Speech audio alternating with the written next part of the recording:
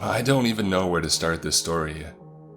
I was kind of young at the time, around 7 or 8, but old enough to know what was going on. I lived in a pretty decent neighborhood, but my family was in the process of moving. There was a large mixture of families with children and retired seniors living on my street. There was a neighborhood babysitter who took care of my younger sister when she was too young to go to school. She also happened to babysit me on multiple occasions. She was always kind of rude, a pudgy lady with 2 annoying sons and a very weird husband. A lot of kids got taken care of by her, so my parents trusted her to take care of us. Everything was somewhat normal, except for the fact that she was kind of rude to anybody that wasn't her own kid. Her kids were pretty misbehaved. They were always fighting, hitting each other with plastic swords, and screaming at the top of their lungs. At one point, the younger toddlers had a nap and she forced all the children to sit in a corner and be quiet, besides her kids. Odd behavior for a babysitter, but we never thought so much about it. Another thing to mention is that she took naps while babysitting. As in, she didn't pay attention to the kids. She just shooed them away and fell asleep. She was also notorious for giving her sons chocolate milk and telling others that they had to have water. My sister and I tried to ignore it, but eventually we were kind of annoyed. My sister had a loud mouth, so she told my mom about how she treats the kids she babysits versus her own children. I would also like to acknowledge that my sister had just turned 4, so she wasn't great with words. My mom was angry that the babysitter did that, but let it slide, as we were moving in a month and she didn't know if we were being completely honest. The house that we moved to is the house I spent a large majority of my childhood, teen years in. Things were normal once we transitioned into the new house, until we got the calls. We had changed our phone number, so we weren't sure how the babysitter and her husband found it so quickly. They called every day, saying that we needed to pay her and that we owed her money. She was just angry that we had moved, and we're currently on the lookout for a babysitter that was closer to home. My parents received these calls every day, and they consisted of the babysitter and her husband screaming, which meant that I could hear the voicemails calls quite clearly. They kept harassing us and my parents grew agitated and worried. It all ended one night at around 10 p.m. when my sister and I woke up to the sound of banging on the front door. It continued for a good 10 minutes and it was very loud. My sister was freaked out, so I decided to go see if my parents were awake. They were. They were just opening their eyes, kind of confused as to what was going on. My dad told my mom to stay upstairs and he foolishly went downstairs to get the door, as I stood at the railing nervously. My sister stayed in the bedroom, because she was unaware as to what was actually happening. When he opened the door, I felt sick and terrified. There was my babysitter and her husband, who managed to find not only our address, but also our phone number. The husband started screaming at the top of his lungs, yelling, "You owe us money, pay us," and shaking a knife. Yeah, he had a knife in his hand. My dad told him that we didn't and he warned him to leave, unless he wanted the cops to be called. He didn't care. My dad went to close the door, but he stuck his foot in it, attempting to get inside. My babysitter was also yelling, but I couldn't hear what she had to say. We had a phone upstairs, so my mother quietly called the cops, as my dad struggled to get the door closed. Once he did, the banging and screaming continued. They wouldn't leave our property. I was freaked out, so I started crying. My sister saw me crying and she did the same. Long story short, about an hour later they left, and the cops arrived, having just missed them. My parents knew their information based on the fact that they had babysat for us, so it wasn't hard to track them, and they were arrested. I always wondered if their children were home alone or at a sleepover, especially at a time so late. Regardless, they were released a few days later, but were not allowed to step foot near our house. I'm not sure if the woman still babysits, but if she does, I feel terrible for the kids. We never really knew what their intentions were that night. My dad saw the knife and knew that they were up to no good. When I was around 15, I had started babysitting a family with 3 kids, 2 boys and 1 girl. Their mom knew me, as the oldest was friends with my little brother, and had asked my mom if I could help out just because she had started to take on more shifts and her husband was doing the same. They lived right next to my high school and paid well, so I agreed despite not really having that much experience. Pretty quickly I realized that it was going to be difficult.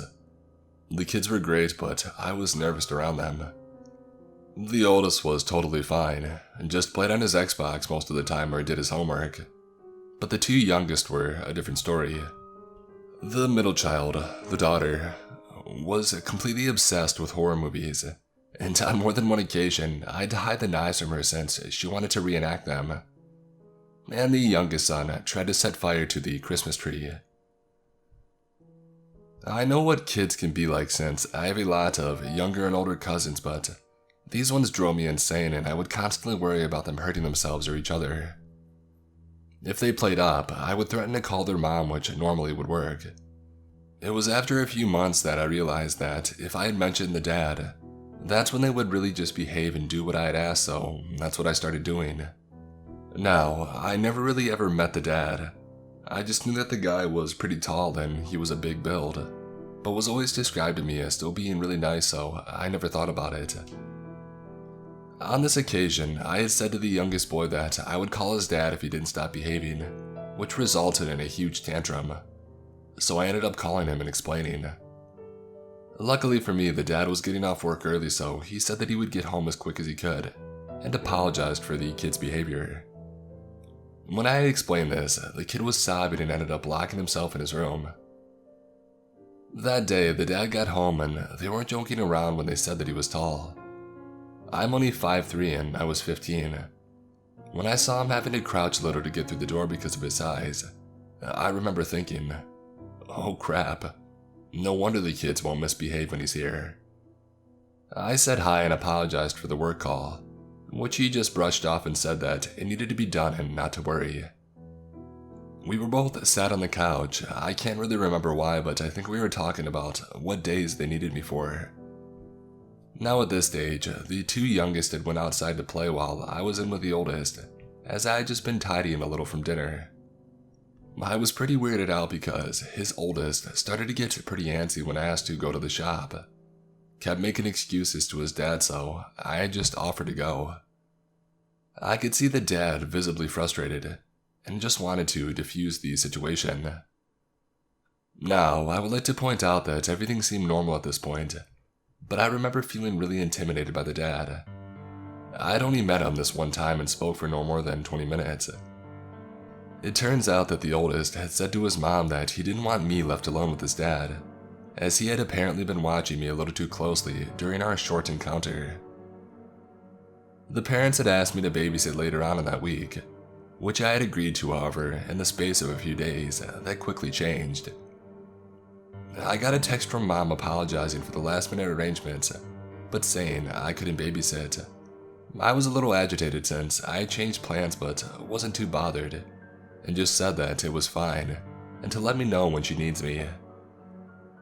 She had asked me to come around to get my pay for the last 2 weeks, and I decided to just nip around before going home. As soon as I was in the house, I could tell something was off, but not wanting to pry, I just went in to say hi, talking about books for a little bit, and I laughed. It wasn't until the next week, I think, or week after that, where everything kicked off. I came home to my mom being upset and angry, pacing the living room while my stepdad was trying to calm her down. I immediately went to her asking what was wrong, feeling a little worried. Instantly, she just threw her arms around me and started crying and holding me. I had meant to be babysitting, but again, got canceled on, so I was home earlier than what I had said originally. Pulling away confused, I asked her what was wrong again. It turns out my mom had been trying to get a hold of me, but my phone had died. I had went to babysit and nobody was home, so I just decided to head back on the bus, but wasn't able to let my mom know. She sits me down and starts trying to ask me questions about the dad and my time babysitting. Confused, I had mentioned that I had only met him once and only really spoke to him on the phone a handful of times when the kids were acting up. Nodding, my mom started pressing on and asked if anything else had happened and kept questioning me, saying that I could tell her anything. I just looked at her confused and told her that nothing had happened and asked what this was all about. I always remember her taking a deep breath and saying, "Oh, thank God," before letting me know what happened. Now, as I said, the details are vague because this was on the news. Turns out the guy had killed someone while working and had been taken in by the police. During interrogation, it turns out that he admitted to beating his wife, and there were speculations of assault. There was also mention that one of his types were petite girls that had dark hair, or pale, which happened to match my description at the time, and my mom was terrified in case something had happened. I'm turning 23 this year and it still gives me shivers. I remember feeling like I was going to throw up and had a sinking feeling in my stomach. My mom held me close crying because she had been worried sick all day and scared in case something had happened. Needless to say, I stopped babysitting for the family right there and then. I had felt so awful for the wife as she was honestly one of the nicest women I had ever met. About a week later, I got a text from her as it turns out that I left some books, so I said that I would go get them after getting off the phone. When I saw her, my heart sank. She had obviously not slept and was putting on a brave face for the kids who weren't sure what was going on. We ended up sitting in the kitchen and I gave her a hug, just trying to comfort her. I had mentioned that if she needed help with the kids, since he was gone, I would try to help, but she immediately refused, as it turned out people had started attacking the house. She gave me my stuff, paid for the wages with a little more added, I had completely forgot, and said she appreciated it, but it would be better off if I just took a step back from the family, as she didn't want me getting hurt for being associated with them. To this day, I still think about them, and it still scares me after thinking about what could have happened. I still talk to the younger kids, who are a lot older, and even helped tutor the younger girl. I helped the oldest when he started high school because I noticed that the kids were bullying him for what his dad had done, which was awful considering it wasn't the fault of the family. I grew up in a really safe city in the Midwest, in an even safer neighborhood, sort of set back in the woods and separated from the main part of town. I haven't had a lot of creepy encounters in my short life, knock on wood, so this is pretty much the most afraid I've ever been. I was 11 at the time and had just passed a CPR and babysitting essentials course at my rec. My neighborhood was very close-knit. All of the kids on my street played together, and because of my 2 younger brothers, I would soon become the automatic babysitter for the 3 families we lived close to. I'd look after my brothers for short amounts of time, but this was my first job as a real babysitter, watching the 2 grade school-aged children who lived across the street. They were family friends. The parents had promised to be home by 11 p.m., and I knew that my parents were home and ready to step in if I needed anything. So I was a little nervous but felt like I had things under control. The kids were a novice babysitter's dream. They had been trained that they are only allowed to choose 1 treat each before bed, and actually refused my offer to let them finish the show we were watching because it was their bedtime and they still needed to brush their teeth first. I was floored, but it made my job super easy, so I tucked them in and I headed back downstairs to watch TV until their parents returned. The mom is an interior designer, so their house is spacious and absolutely beautiful. Their living room is at the back of the house, with floor-to-ceiling windows and great views of the woods in their backyard. The couch is set up with its back to those windows, and I was watching TV with their elderly white lab, Alex. Out of the corner of my eye, I thought I saw something large and light-colored brush past the window behind me. I thought it might just be a deer, but I was 11 and alone and I had an overactive imagination, so I began to feel uneasy and pretty on edge. The parents weren't due back for another 2 hours, so I walked into the kitchen to call my mom and dad for a reassurance. Alex followed. Their kitchen faces the living room, with the house phone on the counter. This was before cell phones were a thing.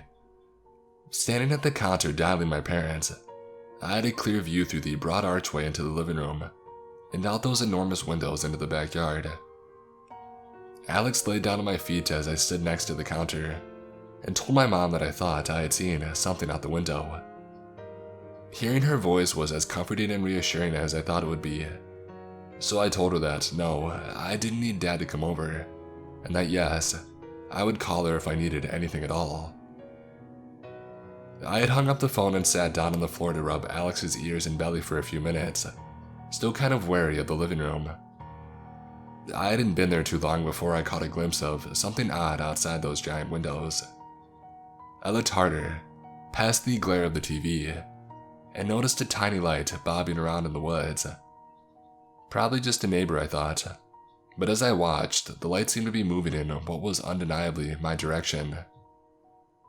My whole body froze and I stared as the light got closer and closer to the living room windows, and at some point I realized, with complete and paralyzing horror, that the light had grown large enough that the source had to be right outside the house. The beam swung from one side of the living room to the other, and then settled directly on my face. I don't think I even squinted in the bright light as it shone through the window into my eyes. I was too startled. Alex snoozed on, placid in his old age, and entirely unaware that my heart had pretty much stopped beating. The light moved again, this time swinging away to illuminate a face from underneath. I saw dark, hollow eye sockets and the glowing curves of someone's cheeks, but the face's details were lost in the harsh angle of the flashlight's beam. At this point, I was trying with all my might to scream, or to move my fingers enough to dial 911, or to move out of view of the window. Literally anything would have been better than sitting there with my mouth open, and tears in my eyes like a stuffed turkey. But I had never felt this kind of icy terror before, and was completely immobilized by it. Everything felt like it was moving in slow motion, and I was totally powerless. The light swung around to point at me, and then quickly moved back underneath the horrible face outside. It repeated this pattern once or twice, and then it suddenly disappeared. The flashlight had been turned off, and for whatever reason, that was enough to finally let me move again.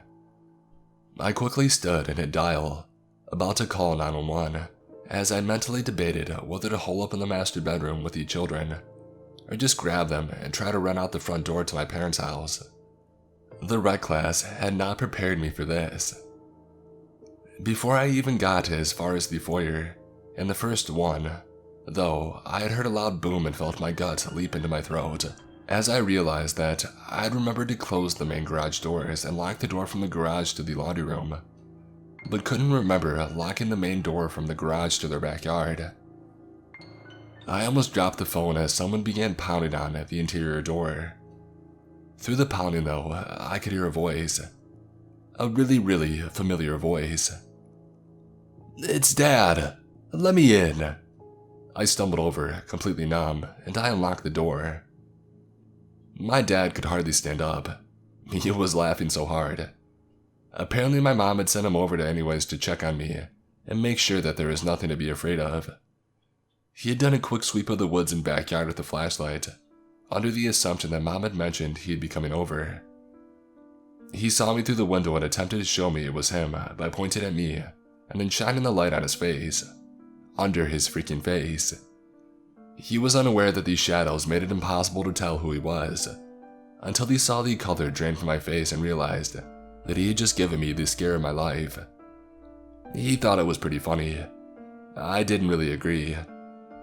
Up until I heard my dad's voice, I really thought that I was about to get all kinds of murdered.